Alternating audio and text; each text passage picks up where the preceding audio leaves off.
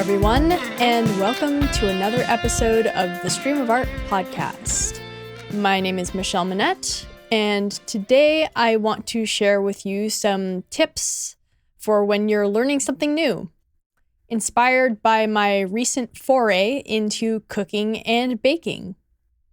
So to give just a brief bit of backstory, a couple of months ago, I started getting really into cooking and baking new things. And I mean, I've been cooking for years, but it wasn't really from a place of creativity. It was more out of necessity because I got to eat.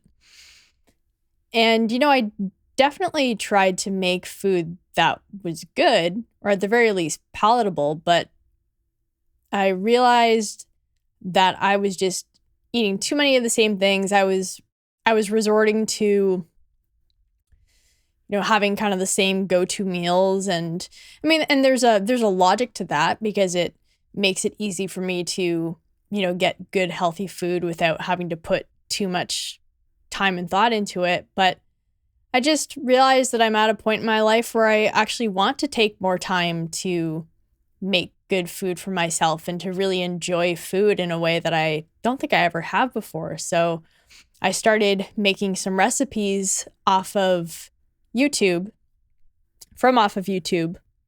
specifically from a creator named Nisha. She has a really wonderful YouTube channel called Rainbow Plant Life, and she has a whole bunch of vegan recipes, and they're really just amazing. Everything I've made from her so far has been beyond incredible. And I'm having a lot of fun with that. And as I was reflecting on what I've been learning from the experience, it gave me the idea to share some of my insights with everybody here, because some of the things that I've been doing to get the most out of my cooking time are things that can be applicable to any new endeavor. If you're learning a new hobby, a new art, a new skill, a new craft, whatever it is, when you're learning something new, you have some things that are going to help make the journey, especially this beginning part of the journey, much easier, and sets you up also for, having a nice long relationship with whatever your new fun thing is. So my first tip is to plan and prepare. So depending on what it is you're doing, you may want to specifically schedule time. So for example, with the recipes that I've been making, they're much more involved than what I was doing on my own, just trying to whip something together for dinner. So I have to be a bit more strategic in planning, setting aside, at least a couple hours to make whatever the new dish is, especially if it's one I haven't tried. Some of these I've done more than once. And so I kind of have a better idea of how long it takes. But when I'm making something for the first time, I need to make sure I have the time. So I have to think ahead, make sure I'm not just in the moment going, oh no, I got to cook something. I'm making it a priority. And, preparing materials ahead of time, just getting all your stuff together. And one of the things that is really great about making time as well for anything that you're learning is that it signals to yourself that it's important to you. And I mean, how many times have we, myself included, wanted to do something new, wanted to learn that new language, wanted to, learn how to code, or wanted to, try something new, make a new art project. And, we keep saying, I haven't found the time. I got to fit it in somewhere. When it becomes an afterthought, you're just not going to take it seriously enough to put in the time and effort it takes to get better at it. So if you're deliberately making time, that signals to your brain, oh, hey, this is something that's actually really important to me. I'm going to make sure I'm giving it my attention when it comes time to do the thing. And this is, of course, always going to give you clarity, which is super duper helpful. Just knowing when you're going to do something, what materials you might need. So for me, I will look up a recipe ahead of time and add all of the ingredients to my grocery list so I'm, good and prepared. This is also going to reduce friction too. So especially when you're learning something new, you're building up a new habit in engaging with a new activity. You want to really reduce the amount of friction it takes for you to get from not doing it to doing the thing. And this is an idea I got from James Clear's book, Atomic Habits. Because if you can make it easy for you to do the thing, once you get started and you do it enough times, then it becomes a habit, and then you don't have to think about it so much. All right, my second tip is to enjoy the process. This is so fundamental to what I do with my music and my teaching, because the results, and this is going to depend on what you're doing, but when it comes to something like music, the results are just a part of it. You're going to spend a lot more time practicing than you are necessarily basking in the results of your efforts. The better you get, the more you can do that. The more you'll have a repertoire behind you of stuff that you can just play and just have fun with. But especially when you're starting out, again, this is more directed toward people who are just starting something new. It takes a while to get some results. And so really all you have in the beginning is the process. And this is actually true of cooking as well and baking. Yeah, the result is that I have something really tasty to eat. And often the stuff I'm making lasts because it's just for me. So I get to enjoy all of it. And it'll last, for up to a week, depending on what it is. And so, yeah, it's really great to have food to eat after. But, the process is really such a big part of it. And if I was hating the process, I wouldn't stick with it.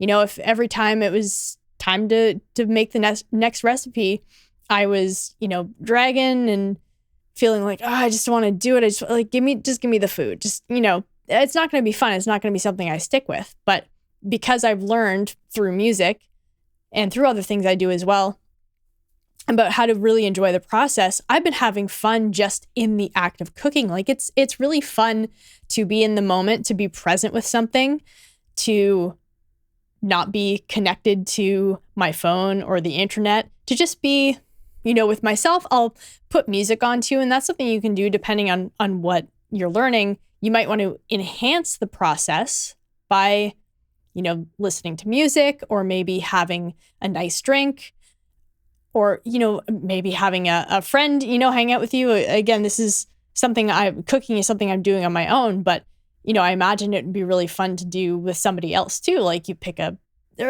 recipe to do together, and then you make it like a fun thing. And, you can do that with lots of things. You can get together and paint with friends. I mean, you have paint nights and stuff like that. You can, do knitting or woodworking together or something like that, and just make it like a really fun, like really, really make the whole experience something that's fun, and not just for the end result. Let the whole process be the reward itself, and then the result is like a nice bonus. And this also means accepting the time it takes to do things. As I mentioned before, it tends to take me a while to make some of these recipes, especially when they're for the first time. And I just have to be okay with that. And when you can not resist the reality of something, like the amount of time it takes to get better at something, or to get a project finished, or whatever it is, you have a much easier time. We're not very happy when we are fighting against reality. So, let it be what it is, let the process be what it is, and take as long as it takes. And if you really hate it, I mean, that's an important signal. That might just not be a fun thing for you to do, and your time will be better spent doing something else. But I guarantee any new thing you're learning is going to have a process that takes time. If you want to get to any level of competency, so best to accept it and then find the thing that lights you up and then stick with it. Okay, my third tip is to not be afraid of making mistakes or quote unquote failing. It's really just a natural part of learning something new. And it's a really good sign when you are stumbling, when you're struggling with something a bit, you make a mistake. It says that you're challenging yourself and you're trying something new, and then you have an opportunity to learn and do better next time. Again, this is why it's so important to not give up and not quit when things aren't going well right away, because that's just a normal part of it. Give yourself a chance to be messy in the beginning. And in my case, very literally, I create quite a mess in the kitchen when I'm cooking. And I have made some blunders. I've, mixed things in a way that I wasn't supposed to, or I've used an ingredient that was maybe not of the quality I really needed, and I've cooked things for too long or not, not long enough, whatever. But that's how you learn. And actually made up some recipe templates in Notion. So every time I make a recipe, I always make notes after, so I can talk about how it went, maybe what I did, just give myself little reminder notes so that the next time I make that recipe, I can go back and I can remember, oh yeah, I did this next time. I did this last time. It didn't work so great, so I'm going to do something different. And, and each time I get better and better and better. Yeah. So if you find yourself feeling frustrated by mistakes, or you're beating yourself up, just think about it like information. It's just information about the input, and you can just change those. You can do something different next time. And again, depending on what it is, if you make a mistake in the practice room versus, messing up a painting or sculpture or something, I'm sure there's ways to work around that. Or, maybe messing up a meal. Again, it's not the end of the world. I always say to my students, like, nobody's going to die. If you make a mistake, nobody's going to die. My fourth tip is to use outside resources to help you learn whatever it is you're learning. So whether we're talking about getting a teacher, depending on what it is, getting books, courses, videos, all of that. And at the same time, also start thinking about building up your own approach. So everybody's going to approach an art, a craft, a skill set differently. But the way that you do that is through experience.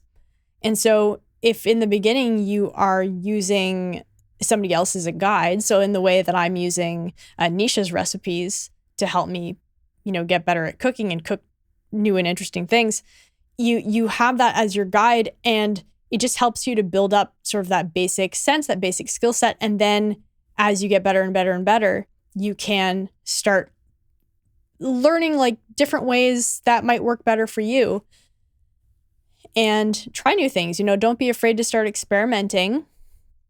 And again, this is where maybe keeping track of it in a journal or in, something like Notion can be helpful, because you might have an idea for doing something a bit differently next time. Maybe you do woodworking and you made a chair a certain way following a, particular blueprint.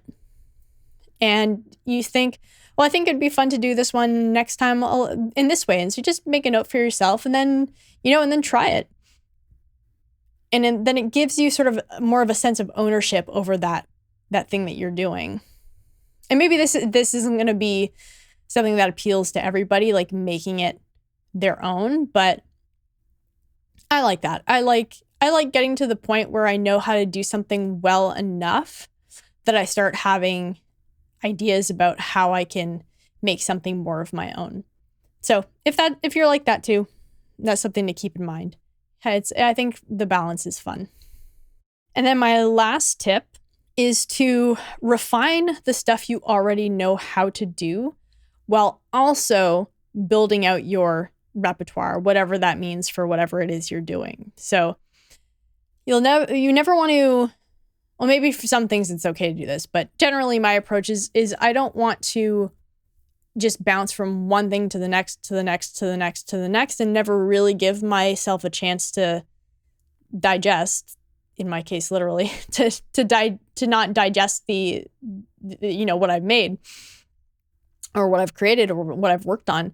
I want to have time to, reflect and try again and get a little bit better and develop competency not just overall, but with a particular, in my case, again, a recipe.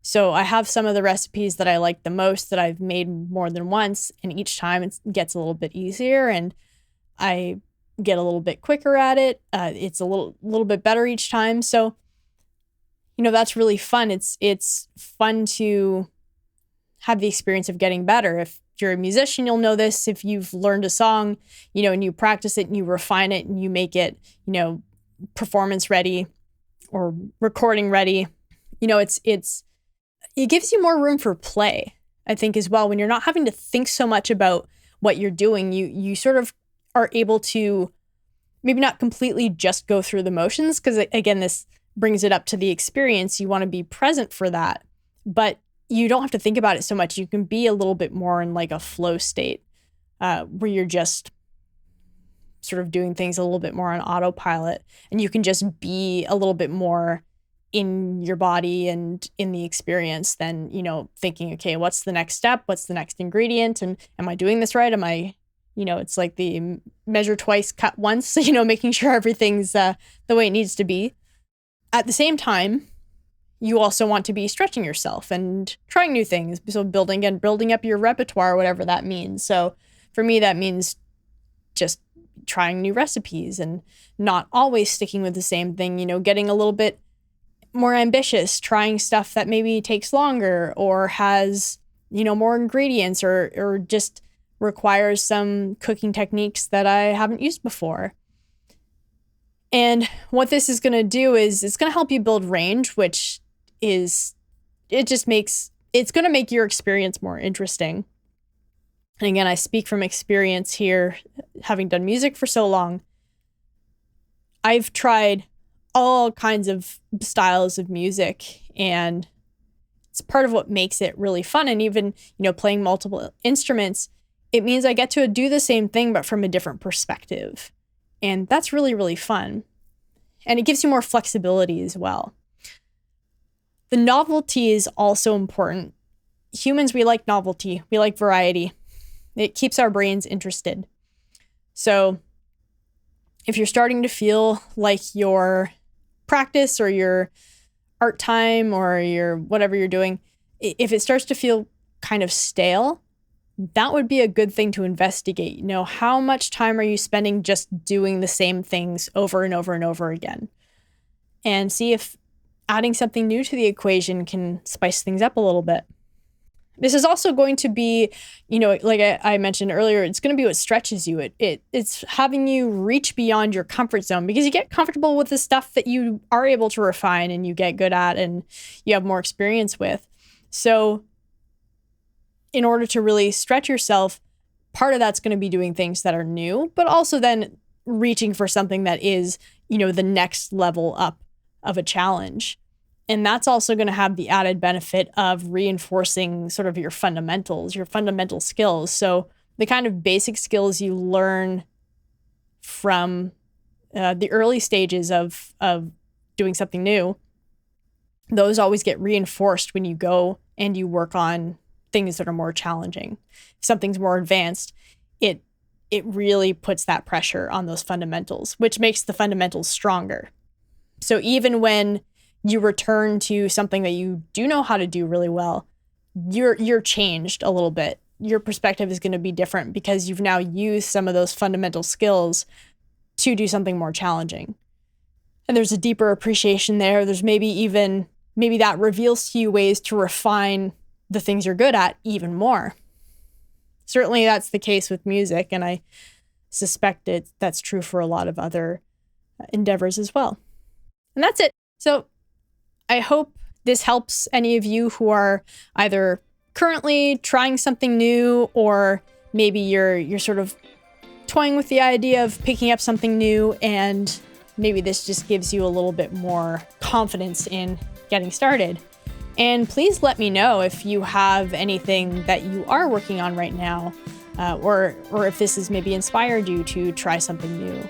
And let me know if you have any questions as well. You can send me an email to streamofartpodcast@gmail.com, or to Michelle Monette Music, Michelle Monette at michellemonettemusic.com. It's too many Michelle Monettes in there. If you are a guitarist, a vocalist, or a songwriter, and you would be interested in taking lessons with me, either in person in Ottawa, Ontario, or over Zoom online, you can visit michellemonettemusic.com/lessons for more information. And if you are a musician who would like help deepening and enriching your entire musical experience, I do have mentorship offers as well, and you can find information about that at michellemonettemusic.com/mentorship.